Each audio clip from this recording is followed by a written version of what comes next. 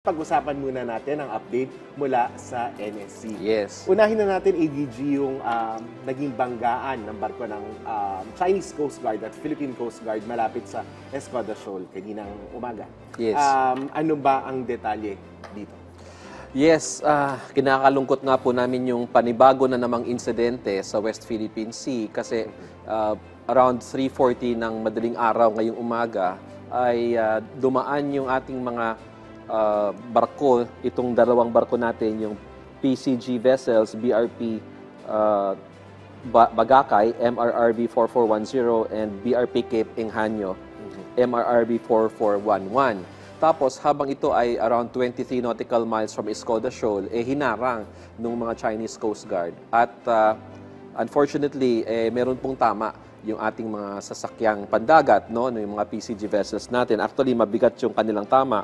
Yung ating 4410 ay nagkaroon ng 3-foot hole, no? 3-feet hole sa kanyang auxiliary room at another 1-foot dent sa kanyang starboard quarter. Kanina pong umaga, bago ako dumating dito, nagpalabas ng statement ng National Task Force West Philippine Sea.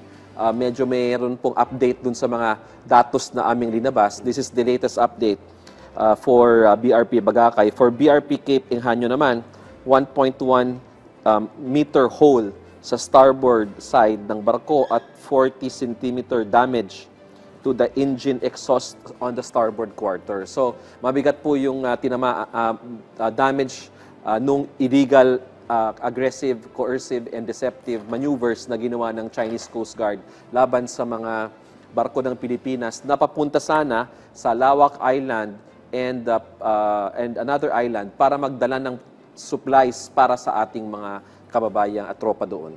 ADG, nakikita nga natin sa screen, no, yung laki noong naging damage. Ano ba yung next step dito? And may reaction din ba yung NTF, WPS doon dahil nga kamakailan ay naghain naman ng protest yung China dahil sa presensya ng Philippine Coast Guard dito sa Escoda Shoal? Yes, akala nga nung pinapakita natin sa screen natin ngayon yung tama na dinanas ng ating mga barko, no, para sa kaalaman ng ating mga kababayan. Kami naman po sa National Task Force West Philippine Sea, ang tukulin namin na ipaalam sa inyo kung ano yung mga nangyayari sa dagat. No? Meron po tayong tinatawag ng transparency policy. Ang gusto po natin ay kasama kayo sa conversation, sa usapin nitong isyong ito. Ngayon, insofar as we're concerned, syempre we are bewildered, we are surprised, we are worried about what's happening kasi katatapos pa lang nung a month ago, no, nagkaroon tayo ng preliminary understanding with the People's Republic of China sa Ayungin Shoal. No? Wala po itong kinalaman sa Ayungin Shoal, mga kababayan.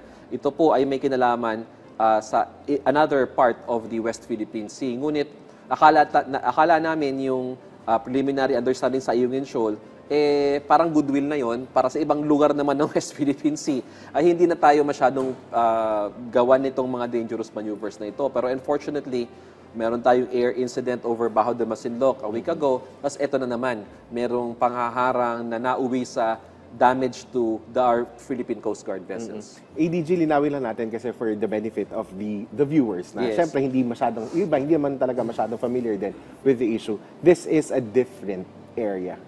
Yes. This is well, ang Ayungin Shoal po ay hindi malapit dito. It's another part. Doon sa Ayungin Shoal, meron tayong preliminary understanding. Ngunit wala tayong understanding sa ibang parte ng West Philippine Sea. Noong nakaraang linggo, naghain ng protesta ang People's Republic of China sa presence naman ng BRP Teresa Magduangdua sa Escoda Shoal.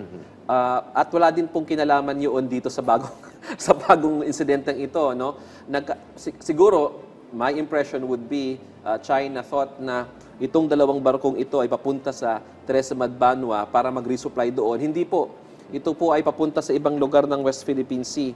Nagkataon lang na nandun sa areang yon. Ito mga barko natin ay papunta sa Patag and Lawak Island para magdala ng supplies para sa mga tropa natin doon. Dumaan lang 20 nautical miles from Escoda. I would presume the Chinese Coast Guard thought na papunta sila sa Teresa Magbanwa, kaya hinarang nila itong resupply na ito. Kaya naman meron tuloy damage ang ating mga barko. ADG, sa ibang usapin, sinabi ni National Security Advisor Eduardo Año na hindi na magiging issue sa mga kandidato sa darating na halalan ang permit to campaign ng New People's Army. May detalye po ba tayo Can we expound on that further? Yes, tama yan, Asik Dale, no? Dahil sa sunod-sunod na focus military operations natin, kasama na rin yung development programs natin sa mga geographically isolated and depressed areas na dating pugad ng New People's Army. We are very happy to hear na 7 weekend greener fronts na lang ang meron ang New People's Army sa buong bansa. At yung dalawang yon ay malapit na ring tanggalin sa listahan ng ating National Task Force LCAC. So, nung nakaraan, sinabi ni National Security Advisor Eduardo Anyo na hindi gaya nung nakaraang mga eleksyon natin na lagi nating binabantayan at may pangamba yung ating mga kandidato at mga kababayan na hindi sila pwede mangampanya sa ilang lugar dahil may tinatawag na permit to campaign galing sa NPA, ay hindi na po yan magiging issue ngayong 2025. So, malaking bagay po yan sa atin kasi madalas nakikialam ang NPA sa pangangampanya ng ating mga politiko. And we do not expect that to happen anymore in the coming elections next year kasi mahina na po talaga ang presensya ng New People's Army sa ating mga kanayunan. Okay. Maraming salamat po sa inyong update. Assistant Thank you. Director General Jonathan Malaya ng National Security Council.